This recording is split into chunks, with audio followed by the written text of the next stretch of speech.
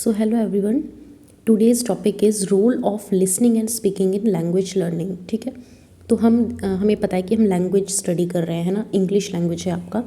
ठीक है, तो हम इसमें सब कुछ वही उसी से रिलेटेड पढ़ेंगे कि लैंग्वेज कैसे सीखते हैं, क्या स्किल्स डेवलप होते हैं. तो सबसे पहले हम देख रहे हैं आज लिसनिंग और स्पीकिंग का क्या रोल है लैंग्वेज लर्निंग में. ठीक है, तो इसे क्यों लिया, क्योंकि आपको पता है, जैसे मैंने आपको बताया है कि जो आपकी 4 स्किल्स होती है, लिसनिंग, स्पीकिंग, ठीक है, रीडिंग एंड राइटिंग. तो ये जो हैं 4 स्किल्स होती हैं आपकी, तो उसमें से जो फर्स्ट होती हैं वो लिसनिंग और स्पीकिंग ही है. तो ये क्या है, फर्स्ट है आपका फाउंडेशन ऑफ लैंग्वेज स्किल्स. ये जो आपका लिसनिंग और स्पीकिंग है ना, ये फाउंडेशन बनाता है, मीन्स बेस बनाता है आपका लैंग्वेज लर्निंग का. कैसे, जैसे कि आपको पता है, अगर हम एजुकेशन के पॉइंट ऑफ व्यू से देखें तो बच्चे, छोटे बच्चे क्या होते हैं सबसे पहला पार्ट क्या है, ABCD उन्हें सिखाया जाता है ना. क्यों, यही बेस है पूरे आपके एजुकेशन का, है ना, यहीं से स्टार्ट होती है. ऐसे ही जो आपकी लैंग्वेज लर्निंग है उसका जो बेस है वो लिसनिंग और स्पीकिंग है. कैसे है, एक छोटा बच्चा जो होता है वो सबसे पहले लिसनिंग करता है ना, चाहे उसे बोलना नहीं आता बट वो सुन रहा है. क्यों, क्योंकि एक छोटे से बच्चे के साथ, है ना, उसके पेरेंट्स, उसके जो भी इन्वायरमेंट है वो उससे बातें करते हैं, है ना. फिर वो धीरे धीरे बोलना सीखता है, चाहे वो तुतला कर बोले या जैसे भी बोले, ठीक है, बोलना सीखता है. इसीलिए ये जो है इनका बेस है. Children first learn to listen speak before they learn to read and write. Second आता है helps in understanding and comprehension. ठीक है, लिसनिंग और स्पीकिंग जो है आपका अंडरस्टैंडिंग में हेल्प करता है. कैसे, good listening skills help students understand teacher instruction. Obviously teacher अगर कोई इंस्ट्रक्शन क्लास में दे रहा है वो तभी आपके समझ में आएगा ना, अगर उसकी लिसनिंग स्किल्स जो है वो अच्छी हैं, है ना. स्टोरीज सुना रहे हैं आप, चलो चैप्टर ही आपको कोई पढ़ाया जा रहा है ना, चाहे कोई भी टॉपिक पढ़ाया जा रहा है, किसी भी लेवल पर पढ़ाया जा रहा है, वो कब समझ आएगा, जब आपकी लिसनिंग स्किल्स अच्छी होंगी, है ना. और अगर आपकी स्पीकिंग स्किल्स की बात की जाए तो उसमें क्या, हाँ, आपकी हेल्प आ जाती है, क्लासरूम डिस्कशंस में भी आपकी हेल्प आ जाती है ना, कि कैसे जो है अगर उसकी स्पीकिंग स्किल्स अच्छी है तो ही वो बोल पाएगा, है ना. नेक्स्ट आती है डेवलपमेंट ऑफ कम्युनिकेशन स्किल्स. ठीक है, स्पीकिंग, इसमें स्पीकिंग की बात आ जाती है कि अगर जिसकी स्पीकिंग स्किल्स अच्छी है तो उसकी कम्युनिकेशन स्किल्स अच्छी होंगी.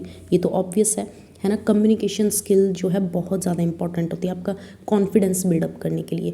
आपने देखा होगा कि अगर किसी की कम्युनिकेशन स्किल बहुत ज़्यादा अच्छी ना, उसमें कॉन्फिडेंस भी बहुत होता है, फिर वो कोई भी इंटरव्यू भी ईजिली क्रैक कर सकता है. नेक्स्ट आता है improvement of pronunciation and fluency.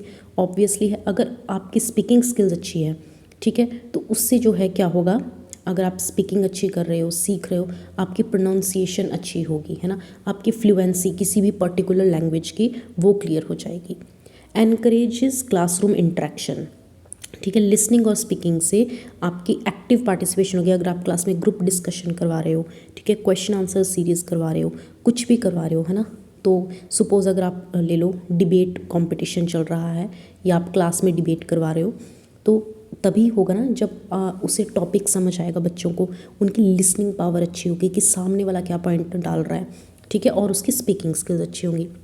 Next है builds critical thinking. When students listen carefully and respond thoughtfully, it develops reasoning, thinking and decision making. ठीक है, बच्चे की रीजनिंग, थिंकिंग, ठीक है, जो भी उसकी कॉग्निटिव एबिलिटीज़ हैं वो बढ़ेगी. कैसे, क्योंकि बच्चे की लिसनिंग पावर बहुत अच्छी है, सामने वाला क्या बोल रहा है वो उसकी बिल्कुल डेप्थ में जाकर सोच रहा है. ठीक है, नेक्स्ट आता है सपोर्ट इंक्लूसिव लर्निंग.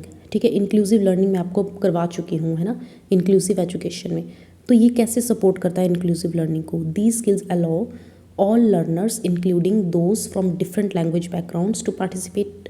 ठीक है, सपोज क्लास में कोई ग्रुप डिस्कशन चल रही है, ठीक है, और एक ऐसी क्लासरूम है जहाँ पे अलग अलग लैंग्वेज के बच्चे हैं, ठीक है, और एक टीचर उन्हें अलाउ कर रहा है कि आप अपनी लैंग्वेज में बोल सकते हो.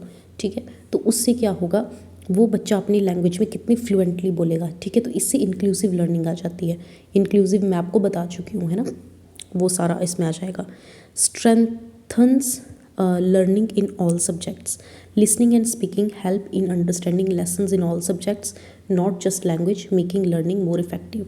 Obviously है, ठीक है, जैसे आपके बाकी अगर इंग्लिश मीडियम स्कूल है, ठीक है, तो इंग्लिश लैंग्वेज तो है ही है, ठीक है, बट उसके जो बाकी सब्जेक्ट्स हैं वो भी तो इंग्लिश में है ना, इंग्लिश लैंग्वेज यूज़ हो रही है। तो जब उसकी लिसनिंग और स्पीकिंग अच्छी है एक पर्टिकुलर लैंग्वेज में, तो उसकी बाकी सब्जेक्ट्स में भी पकड़ अच्छी हो जाएगी। सपोज़ एक बच्चे की लिसनिंग पावर अच्छी है, तो सोचो अगर उसका साइंस का लेक्चर चल रहा है तो वो साइंस का भी कितना डीपली अंडरस्टैंड कर पाएगा। क्यों? क्योंकि उसकी लिसनिंग पावर बहुत अच्छी है।